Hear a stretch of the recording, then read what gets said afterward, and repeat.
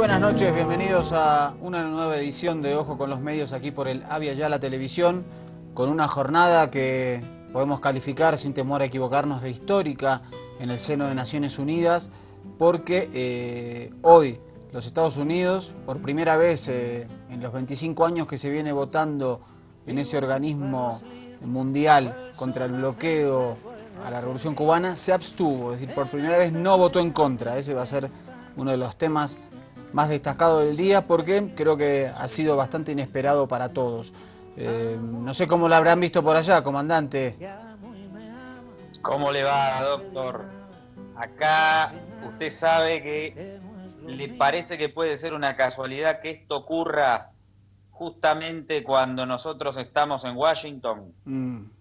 Por eso, por eso lo remarcaba, lo subrayaba ahí con fibrón rojo, justo usted ahí dando vueltas, haciendo de sus fechorías, y esto ocurre aquí. Acá estamos haciendo lobby para muchas cosas. Organizamos o influimos en la votación de la ONU, organizamos la marcha de la oposición en Venezuela, la financiamos y seguimos dando vueltas a la campaña de Donald Trump, que le digo, lidera encuestas en Florida después del trabajo que venimos haciendo. Ya lo vamos a hablar un rato hoy en el segundo bloque, pero esta noticia es histórica. La votación que usted mencionaba en el seno de Naciones Unidas, y me parece que fuera de cualquier suspicacia o de ironía que podamos hacer desde aquí, desde Washington, marca también una contradicción dentro de lo que es el poder en Estados Unidos, ¿no? Empecemos a ver alguna imagen y después lo charlamos. Dale, vemos lo que para nosotros es la imagen del día, esa votación que marca la cantidad de votos. Ahí está, votos de la Asamblea de Naciones Unidas para el levantamiento del bloqueo a Cuba, no, 0 votos, sí 191, abstenciones 2, esto es la abstención de Estados Unidos e Israel, y no hubo ninguna ausencia, es decir, se pronunciaron los 193 países. ¿Quién está aislado? Es la pregunta, ¿no? Claramente. Vamos a repasar ahora las palabras del canciller cubano, Bruno Rodríguez, desde Nueva York. 24 años la rectificación del voto en solitario de los Estados Unidos de América en esta sala. Han sido 24 años, como ha dicho la embajadora Samantha Power, de aislamiento y fracaso. El voto en abstención anunciado constituye seguramente un paso positivo en el futuro de mejoramiento de las relaciones entre los Estados Unidos y Cuba. Agradezco las palabras y los esfuerzos de la embajadora Samantha Power. Sin embargo, el bloqueo económico, comercial y financiero persiste, provoca daños al pueblo cubano y obstaculiza el desarrollo económico del país.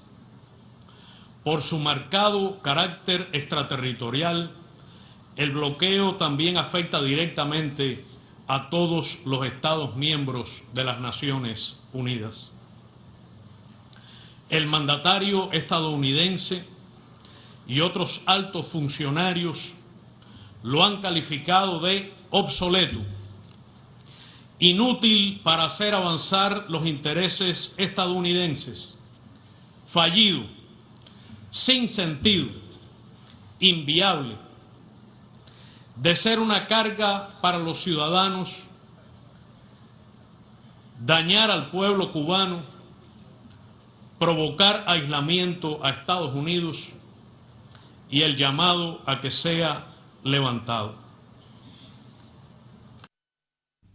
Bueno, ahí eran las palabras del canciller cubano Bruno Rodríguez en el seno de Naciones Unidas, marcando el reconocimiento a Estados Unidos por esta abstención, pero también marcando todas las puntas, los puntales, los hechos que configuran un acto ilegal por su extraterritorialidad. Me gustaría escuchar al representante de Estados Unidos. Vamos, escuchamos a la señora Samantha Power. Eso lo levantara. Aunque el gobierno de Obama está de acuerdo en que el embargo estadounidense contra Cuba debe levantarse, tengo que dejarles claro que no apoyo el cambio por las razones que se indican en ese proyecto de la resolución. Todas las acciones de los Estados Unidos en cuanto a Cuba han sido y son conformes a la Carta de las Naciones Unidas y el derecho internacional, incluido el derecho mercantil aplicable y el derecho del marco consuetudinario. Rechazamos categóricamente las declaraciones que aparecen en la resolución que indican lo contrario. No se abstuvieron, pero marcaron también su enojo porque obviamente le marcó el documento de Naciones Unidas que era un acto anacrónico, que iba contra el derecho internacional, que atentaba contra la prosperidad de un pueblo, etcétera, etcétera. Vamos ahora con Sacha Llorenti, embajador del Estado plurinacional allí en la ONU. Cambio climático, contra el hambre, las enfermedades y la desigualdad. En resumen, contra el capitalismo y contra el imperialismo, para la construcción de un nuevo orden internacional. Hoy no solo votamos contra el bloqueo, votamos por la esperanza, por la maravillosa posibilidad de hacer de nuestro un mundo más justo. Cuba es el ejemplo a seguir y Fidel es el símbolo de la dignidad de nuestros pueblos. Señor presidente, quiero disculparme con ustedes, pero cuando se tiene el corazón lleno de emoción y de gratitud, lo último en lo que uno piensa es en el protocolo. Por eso permítame concluir esta intervención diciendo que viva Fidel, que viva Cuba. Hay la intervención, en este caso el representante de Bolivia. La mayoría de los representantes, sobre todo latinoamericanos, se refirieron en los mismos términos de condena al bloqueo y de reconocimiento de los logros de la Revolución Cubana. Sí, Mariano, y ahí a mí me gustaría que charlemos un poquito de esta contradicción que marcábamos, que evidentemente establece una especie de poder dual sobre este tema, ¿no?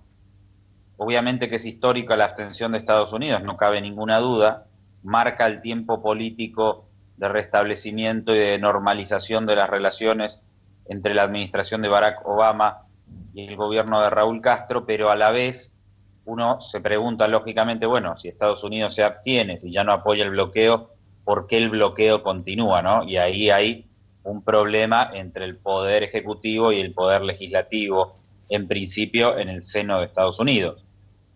Sí, exactamente, porque además es un tema que transversaliza al Partido Demócrata y al Partido Republicano, es decir, que no es lineal que los demócratas quieran levantar el bloqueo y los republicanos no, sino que está entremezclada esa posición, sobre todo de aquellos representantes cubanoamericanos, que son muchos y fuertes y tienen mucho poder de lobby en la Cámara de Representantes y en el Senado.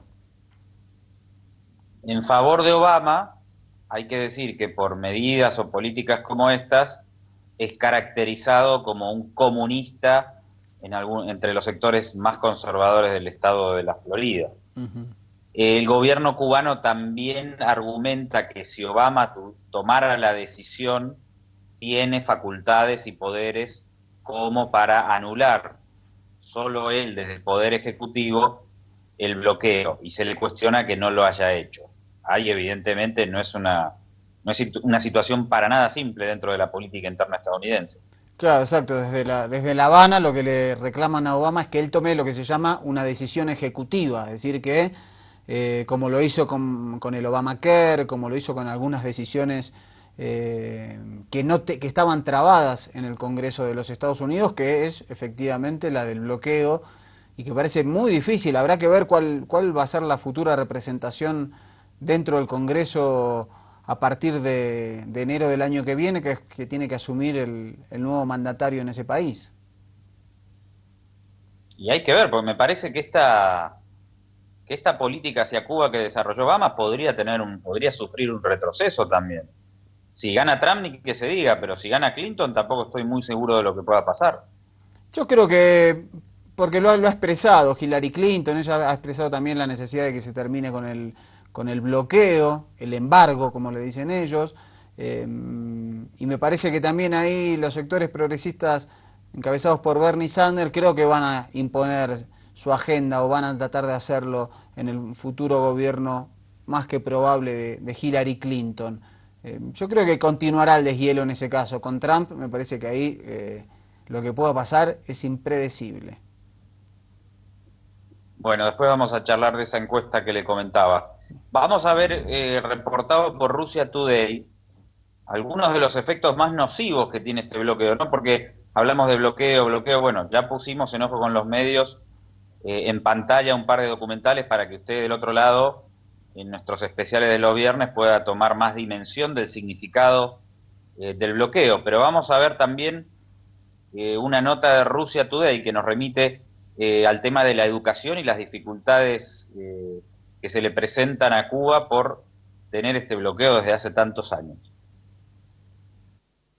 Carlos Cuba lleva casi la mitad de su vida en la escuela Abel Santa María, un centro para niños y jóvenes ciegos o débiles visuales residentes en La Habana. Con su corta edad ya ha sufrido 33 intervenciones quirúrgicas para mejorar su visión. Algunos de sus compañeros perdieron la vista por la falta de medicinas o tratamientos patentados en Estados Unidos y que debido a las leyes del bloqueo el gobierno cubano no puede adquirir. Carlos cuenta que nunca le ha faltado lo indispensable para su educación, pero reconoce que las limitaciones financieras que impone el bloqueo se sienten día tras día en las aulas. Se reconoce que es muy difícil la adquisición de las máquinas y las hojas braille, el papel braillón también, que es muy costoso a nivel internacional, pero nuestro gobierno siempre ha logrado que esta ayuda siempre se tenga. Los maestros han buscado alternativas, crean sus propios materiales para enseñar a los alumnos y reparan las viejas máquinas, la mayoría de la época soviética. En Cuba hay un número considerable de colegios para niños con discapacidades físicas y mentales.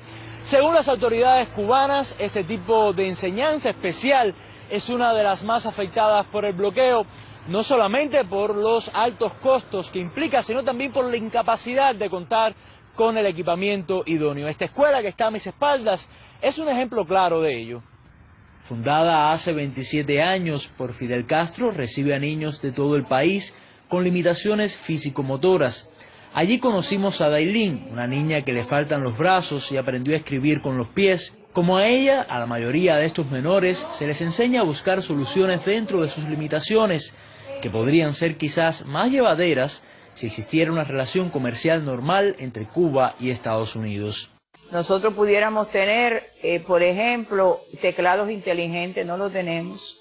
Teclados inteligentes para Dailin, que tiene que trabajar con los pies. ¿Con qué trabaja Dailin? Con los pies, pero ¿qué hemos tenido que hacer? El invento de nosotros. Inventar estas cosas que pudiéramos tenerlo si no tuviéramos bloqueo. Para el Ministerio de Educación, el gran problema no es la falta de mercado, sino los elevados costos. La mayoría de los materiales para las escuelas tienen que comprarlo en países tan distantes como China. Un contenedor de 20 pies traído desde China, por concepto de transportación y de tarifas de pago, nos cuesta alrededor de $3.200 cada contenedor.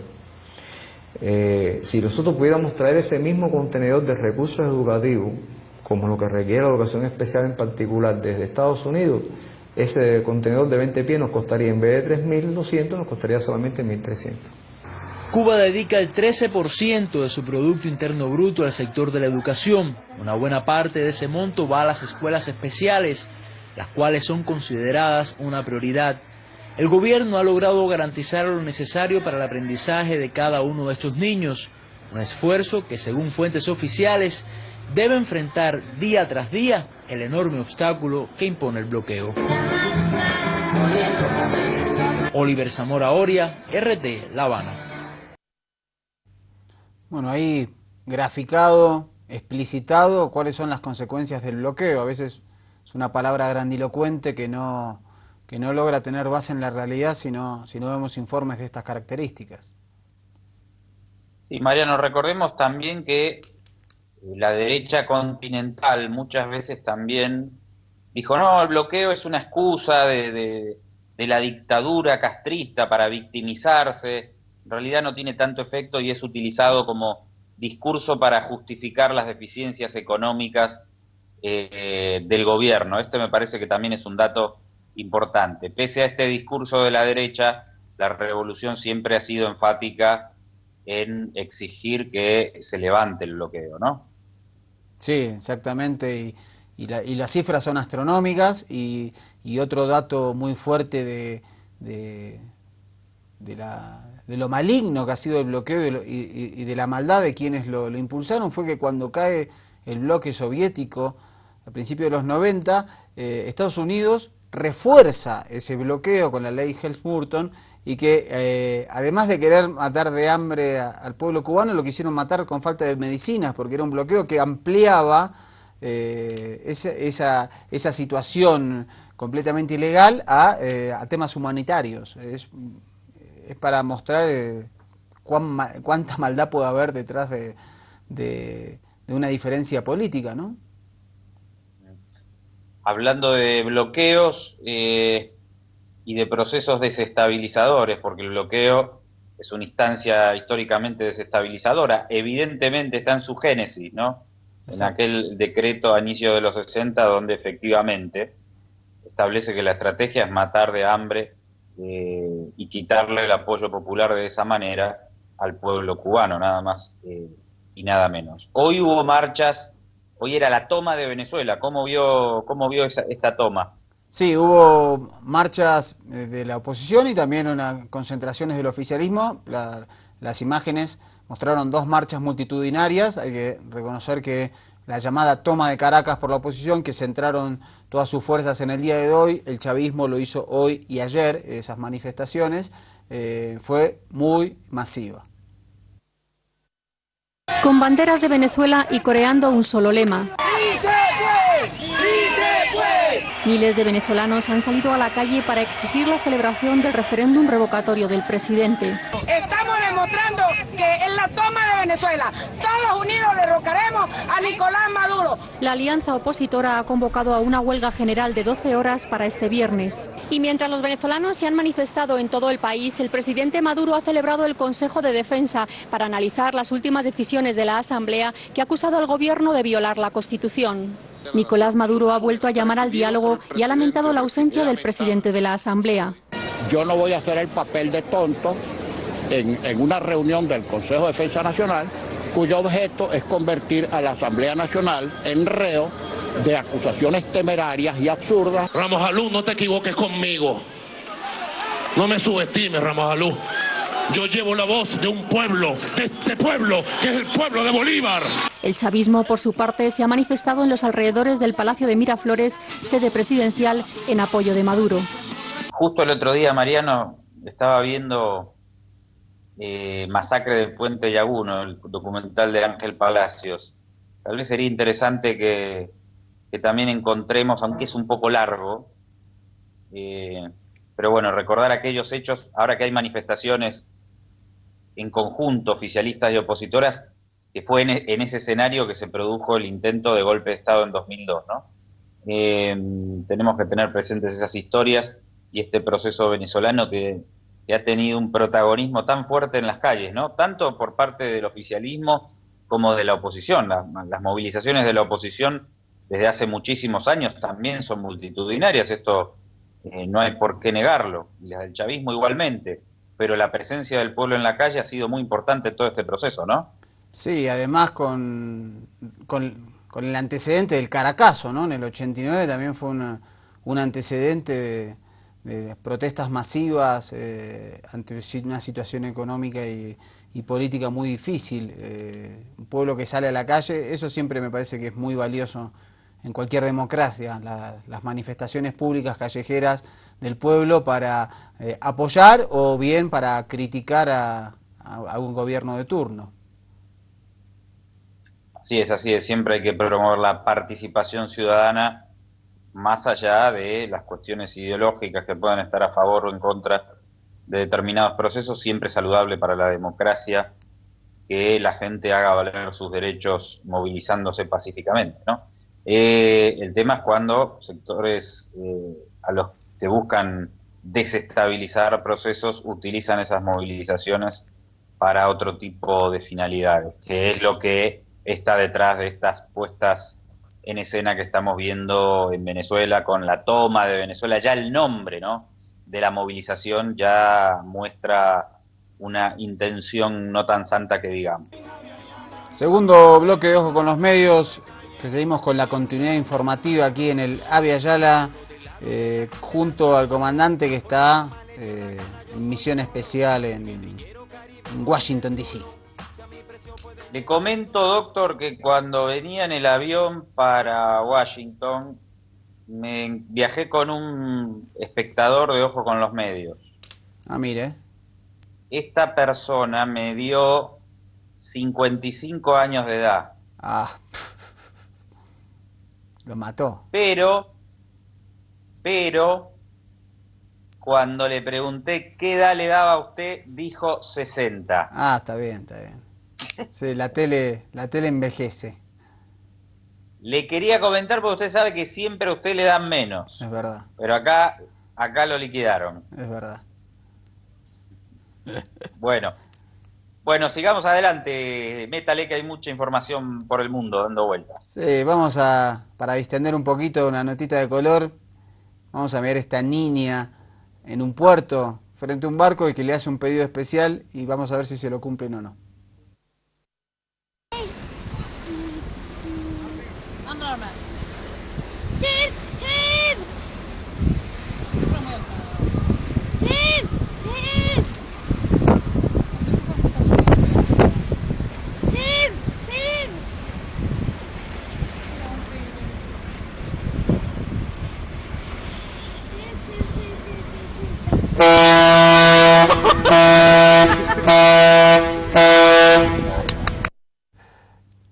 La niña le pedía a ese barco carguero que toque su bocina y no tocaba, y cuando lo tocó se pegó un susto la niñita pobre.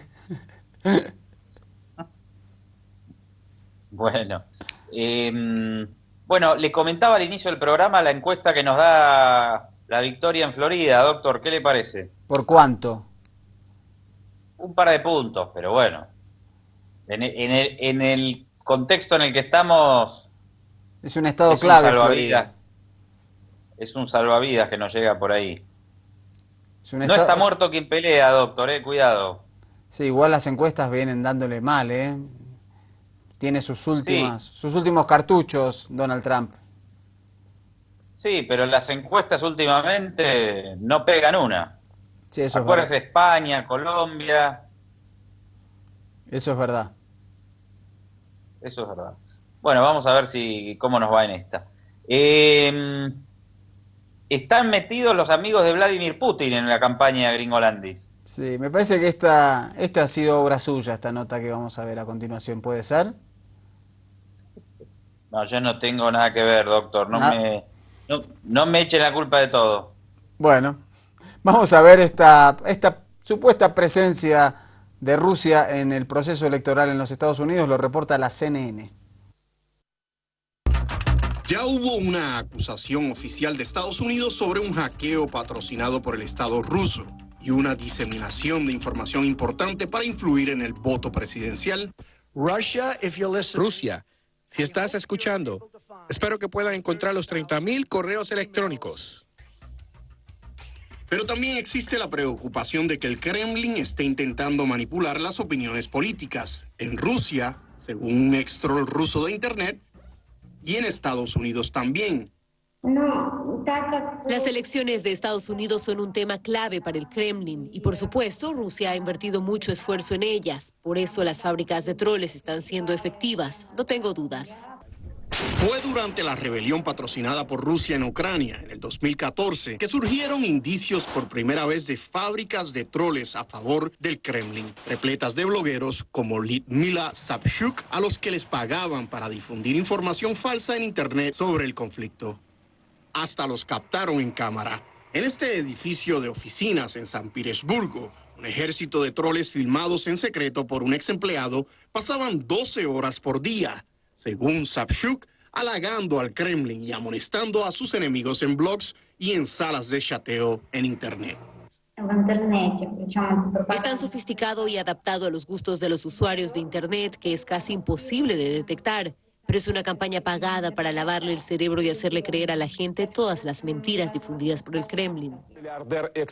Todo encaja con lo que los funcionarios estadounidenses dicen que es un esfuerzo ruso mucho más amplio para influenciar el voto en las elecciones presidenciales. Los medios estatales rusos están abiertamente a favor de Trump en su cobertura. Washington dice que hay evidencia creciente de que Rusia está proveyendo a Wikileaks con correos electrónicos hackeados a la campaña de Clinton.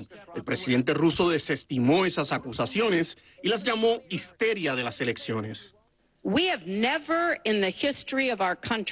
Nunca en la historia de nuestro país vimos una situación en que un rival, un poder extranjero, trabaje tan fuertemente para influenciar el resultado de las elecciones. O que emplee el poder de Internet, no para promover la democracia, sino para socavarla. De nuevo, cuando se trata de las acusaciones de hackeo, de la difusión de correos electrónicos incómodos o incluso la existencia de estas fábricas de troles, el Kremlin se distancia lo más posible. Calificó las acusaciones de absurda. Según funcionarios estadounidenses, las alegaciones contra Rusia no tienen precedentes. Aún durante la larga y problemática relación entre Rusia y Estados Unidos, no solo realizando espionaje, sino como está usando la información y publicándola para impactar al debate político estadounidense. Matthew Shan, CNN, Moscú. Bueno, hay un elemento que estuvo siempre presente en la campaña de los Estados Unidos, lo trajeron tanto Trump como Hillary Clinton, que es Rusia y Vladimir Putin. Ahora, Mariano, ¿qué problema que hay con este tema de los troles? Es la guerra sucia que se ha generado en tantos países con el uso de las redes sociales, ¿no? Hasta Ojo con los Medios tiene una cuenta trucha, un troll que intenta desprestigiarnos. Exactamente, sí, eso ha proliferado en los últimos tiempos y de hecho no es obra, en algunos casos sí, de personas aisladas, de personajes que, bueno, bajo la impunidad que permite el no revelar la identidad y que eso no esté penado dentro de las redes sociales, decir cosas, atacar, amenazar, pero también son empresas, en muchos casos, empresas grandes, y que son contratadas por gobiernos, por organismos, para justamente torcer una posición favorable a su favor. Ya, y lo vimos en Bolivia en el caso del 21F, ¿no? Exacto. Pareciera ser que ya si como fuerza política vos no organizás un equipo que actúe en las redes sociales con propaganda sucia, como que no existís, ¿no? Ya sí, a esta altura de la humanidad. Y que instalen agenda, que instalen títulos, instalen etiquetas y que éstas sean replicadas, eso se viene haciendo bastante y me parece que cada vez con mucha más fuerza, dado el rol y la importancia de las redes sociales. Bueno, usted sigue poniendo en pantalla notas en contra de Donald Trump. Al final yo le dije, ponga una por lo menos a favor y no, bueno, no me cumplió, doctor. Y la que vino anteriormente era neutra, podemos decir, no la atacaba. No, pero en este caso pusimos esta de Russia Today porque justamente vienen diciendo que Russia Today trata muy bien no que trata bien a Trump, sino que le pega mucho a Clinton. Bueno, acá acaba de sacar una notita con las contradicciones de Donald Trump sobre diferentes temas.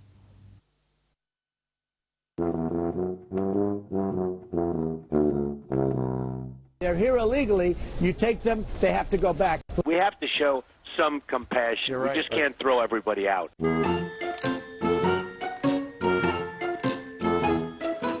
I never discussed that subject. I was in favor of Libya.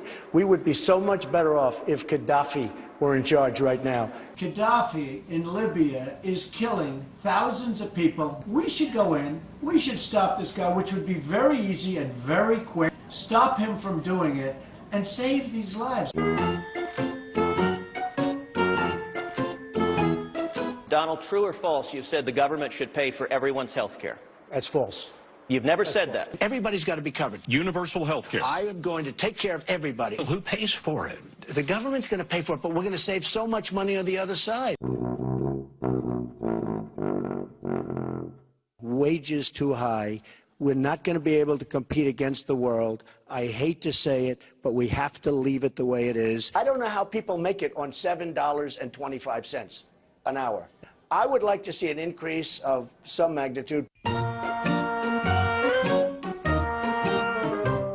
I'm very pro-choice. Do you believe in punishment for abortion? Yes or no, as a principle? There has to be some form of punishment. Hillary Clinton was the worst Secretary of State in the history of the United States. Hillary Clinton, how did she do as Secretary of State? Probably above and beyond everybody else. I'm a conservative person. In many cases, I probably identify more as a Democrat. The economy does better under the Democrats than the Republicans. Bueno, parece que... Bueno, Donald Trump es un histriónico, así que puede cambiar de posición de la manera en que lo acabas de ver. Cuidado porque después ya me siguen llegando o nos siguen llegando mensajes, doctor, que nos acusan de ser militantes de Hillary Clinton.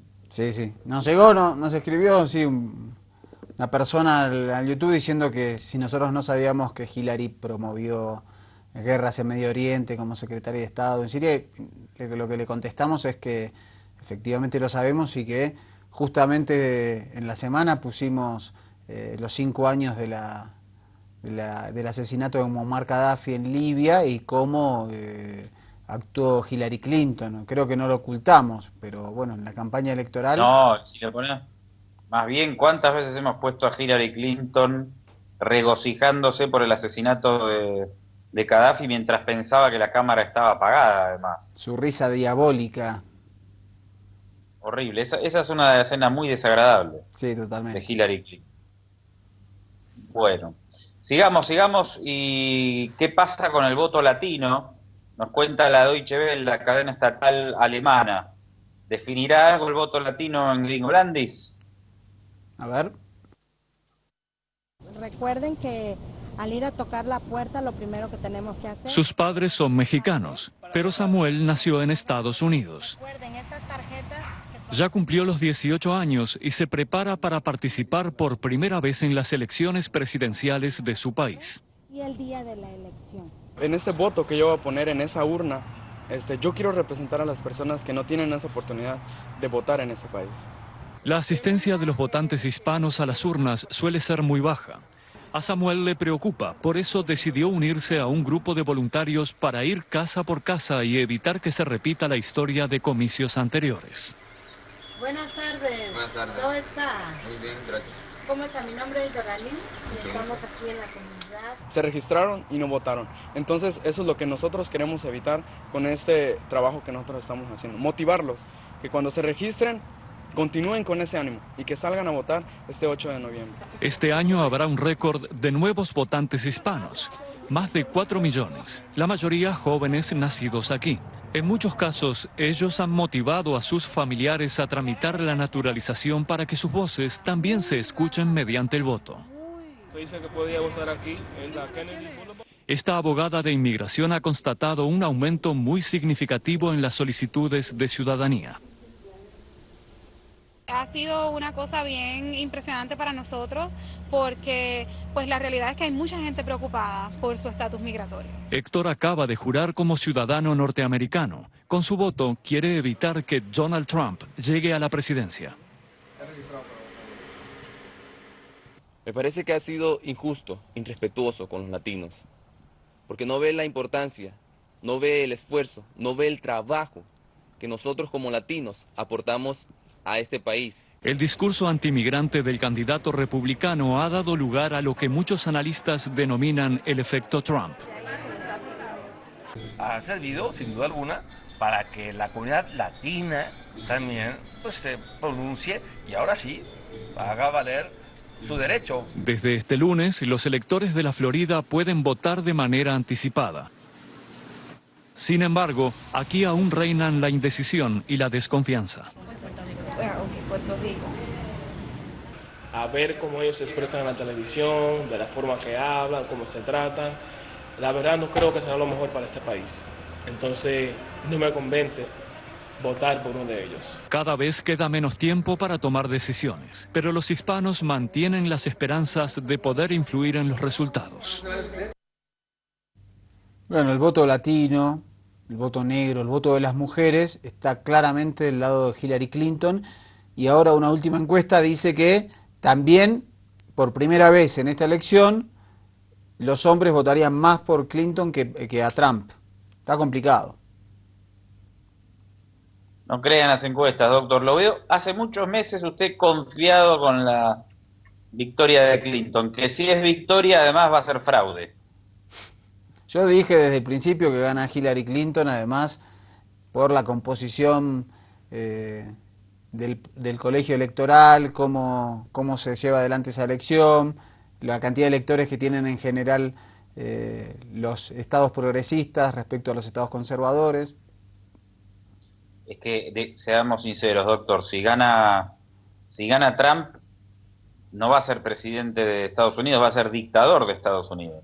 Teniendo en cuenta que ni su partido, o ni el partido que está representando le apoya, ¿no? Que este no es un dato para nada menor. Es muy complicado, sería muy difícil de explicar que Donald Trump, sin ni siquiera el apoyo de los líderes republicanos, pueda transformarse en presidente. Sí, sería un verdadero outsider de la política y sería todo un experimento científico ver cómo se llevaría adelante un gobierno de Donald Trump. Así es, así es. Ahí, antes de ir al cortecito, ¿tiene información que nos llega desde el Vaticano, desde el Estado del Vaticano?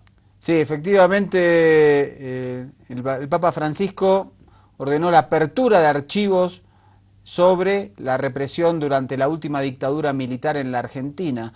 Es una información muy importante, estará en principio abierta solo a familiares y abogados o querellantes en delitos de lesa humanidad. Recordemos, cables desclasificados, el propio Wikileaks han mostrado en general las complicidades de las cúpulas eclesiásticas en las dictaduras en el Cono Sur. Así que es un dato muy importante y permitirá esclarecer delitos de lesa humanidad en la Argentina. Este comunicado, el Vaticano ha anunciado que adelanta la apertura de los archivos correspondientes a la dictadura militar argentina entre 1976 y 1983, pero por ahora solo para uso de las víctimas y sus familiares. Han completado el proceso de organización y digitalización, gracias al cual los afectados podrán acceder a los documentos de forma remota. No es una apertura total de los archivos. Evidentemente, lo más importante son las víctimas, los que estuvieron implicados directamente. Podrán consultarlos, o bien las propias víctimas, o bien los familiares directos de los desaparecidos y los detenidos. La Conferencia Episcopal Argentina inició este proceso hace varios años y siempre ha estado apoyado por el Papa Francisco. Tras la elección del Papa Francisco, muchas personas en Argentina le pidieron que promoviera la apertura de los archivos, puesto que podían contener información muy valiosa sobre las desapariciones que tuvieron lugar durante la dictadura militar iniciada por Jorge Rafael Videla en Argentina. Bueno, hay una noticia importante, siempre que haya noticias por verdad, memoria y justicia es vital y necesario. Cerramos el bloque. Mariano, ¿Cómo? Recordemos que no solo en la dictadura argentina, en las dictaduras suramericanas principalmente, porque la Iglesia jugó un papel muy diferente en Centroamérica, con una ideología más ligada a la opción por los pobres, fuertemente tanto en Nicaragua como en El Salvador, estuvieron gran parte de la Iglesia volcada a los sectores revolucionarios. Pero en el sur fue muy diferente, y cuando los familiares acudían a la Iglesia, acudían a todas las instancias de poder. Cuando acudían a la Iglesia les preguntaban sobre sus seres queridos, y lo que hacían en realidad, más que averiguar, era seguir persiguiéndolos, ¿no? La Iglesia tuvo una complicidad enorme con las dictaduras suramericanas. Sí, la complicidad eclesiástica fue muy alta, hubo excepciones fuertes, sobre todo en en Brasil y Chile de la teología de la liberación, donde capas intermedias de la Iglesia sí trataron de oponerse a las dictaduras y ayudar a las víctimas. En Argentina y Uruguay fue un poco más difícil, pero sí, la cúpula eclesiástica en todos estos países fueron cómplices absolutos de las dictaduras y los genocidas. A propósito de avances tecnológicos, que aquí hay muchos avances tecnológicos en el norte, doctor, que la gente vive distintos en muchos aspectos, ¿no?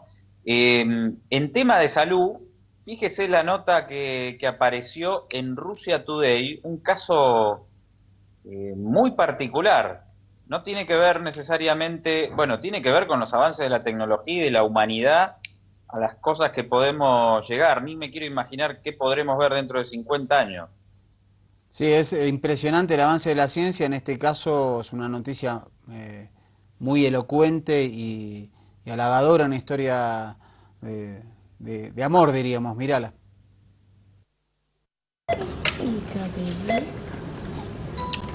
Esta pequeñita Lily Hope, que hoy tiene 4 meses de edad, literalmente nació 2 veces. Su mamá Margaret estaba embarazada de gemelos, pero las cosas empezaron mal. Perdió uno de ellos. La niña sobrevivió en el vientre y siguió creciendo.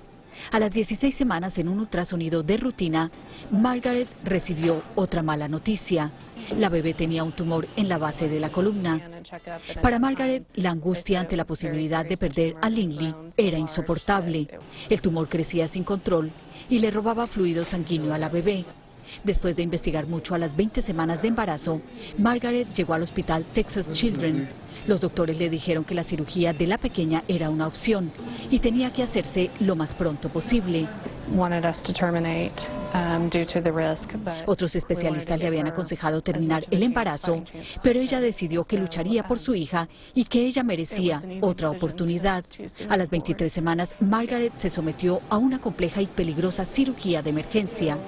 Primero le hicieron una incisión en el útero, luego le jalaron a la bebé por las piernas y se la pusieron sobre el torso. En ese momento empezaron a operar el tumor, que ya era tan grande como el tamaño de la pequeña. Durante la operación el corazón de la bebé empezó a fallar y luego se detuvo. Después de muchos esfuerzos, lograron revivir el corazón y al mismo tiempo le tuvieron que dar transfusiones de sangre. La bebé tenía 50% de posibilidades de sobrevivir y 50% de morir. Después de 5 horas de la compleja cirugía, finalmente lograron remover 90% del tumor. Luego reinsertaron el feto en el útero. El embarazo continuó y el tumor empezó a crecer de nuevo. A las 36 semanas, Lily Hope nació por segunda vez y a los 8 días de nacida la volvieron a operar para remover el resto del tumor. La cirugía fue un éxito y la bebé, que empezó a luchar desde antes de nacer, está creciendo sanamente al lado de sus padres. Qué historia y lo que son los avances de la ciencia. Impresionante, ¿no? Sí. Bueno, usted, cambiando de tema, volviendo a la política, nosotros tenemos en Ojo con los Medios las secciones, Ojo con Laura Anthony, Ojo con la radio, Ojo con las redes sociales. Hay que hacer la sección de Ojo con Duterte. Sí, totalmente. Totalmente, que ahora anda de gira por países del sudeste asiático y también estuvo en China y ahora en Japón. Bueno, nosotros somos sus principales voceros en América Latina, se lo digo, ¿eh? Y aparte ahora está teniendo mucha imagen pública porque está corriéndose de su alianza histórica con Estados Unidos y acercándose más a China geopolíticamente. Bueno, vamos a ver la última de este personaje tan particular. Vamos. El incendiario líder filipino apunta una vez más contra su blanco favorito. Tras su reciente primer viaje oficial al exterior, el presidente Rodrigo Duterte estalló contra Estados Unidos y la amenaza de Washington de retener su ayuda. Asistencia, Estados Unidos, te puedes ir al cuerno. Durante una errante conferencia de prensa en su ciudad natal, el presidente emitió todos los insultos posibles en tan solo 30 segundos. Y ese era Duterte tratando de controlar los daños. tratando de desandar sus pasos después del impactante anuncio en Beijing de su separación de Estados Unidos y su acercamiento a China y Rusia, diciendo que esto solo se aplicará a la política exterior. Por eso es mejor ser cuidadosos con la palabra separación o corte de las relaciones diplomáticas. En segundo lugar, no es viable. ¿Por qué? Porque los filipinos en Estados Unidos me van a matar. Esos filipinos que trabajan en Estados Unidos envían miles de millones de dólares al año a sus familias, una de las mayores fuentes de ingreso en una nación donde decenas de millones viven en la pobreza. Aquí en Manila hay quienes temen que la retórica antiestadounidense del presidente desestabilice una de las economías asiáticas de mejor desempeño. Desde que Duterte asumió el poder, hace menos de 4 meses, las acciones bajaron y el peso filipino ronda su menor valor de los últimos 7 años. Uno de los sectores que podría verse más afectado es el de la tercerización de servicios. En este país, se espera que para el 2020 se dupliquen los puestos de trabajo en los centros de atención, empleos que impulsan el crecimiento de la clase media. Uno no quiere lidiar con algo nuevo cada día, pero todos los días surge algo nuevo. Cristina Concepción es la presidenta ejecutiva de una empresa que se dedica a sueldos y finanzas y ha recibido las llamadas de sus nerviosos clientes estadounidenses. ¿Qué le dice a sus clientes? Que nada ha cambiado y ellos lo saben. En la actividad de tercerización en Filipinas se emplea a más de 1 millón de personas. Los expertos dicen que más del 80% de su trabajo en promedio es para empresas estadounidenses. ¿Le preocupa su trabajo? Sí, por supuesto, porque este es nuestro sustento. Estos empleados me dicen que todavía apoyan a su presidente. No es una amenaza, no creo que Duterte esté tratando de enfrentarse a Estados Unidos. Duterte sigue siendo inmensamente popular. La mayoría de los filipinos lo ven como un líder fuerte que lucha por mejorar su país, pero a muchos les preocupa que enemistarse con Estados Unidos solo empeore las cosas. Will Ripley, CNN, Manila, Filipinas. Otro impredecible. Imagínense si Estados Unidos gana a Donald Trump. Capaz que ahí las relaciones se restablecen. Qué peligro, porque vamos a estar de acuerdo ahí con la política de Obama, ¿no? Hay que combatir a Duterte porque es el peor exponente de la política, más allá de que se enemiste con Estados Unidos, ¿no? Sí, exactamente. Es un peligro este hombre. Bueno, y seguiremos dándole cobertura y tratando de dilucidar cuáles son sus pasos. Sí tiene como una cuestión de emparentamiento con el personaje que es Donald Trump, ¿no? Evidentemente. Sí, son declaraciones muy fuertes, con mucho racismo, mucha carga de xenofobia, de odio. Populismo de derecha. Sí, exactamente. Claramente. Bueno, doctor, le mando un abrazo desde Washington y seguiré acá moviendo mis fichas junto a Donald. Dale.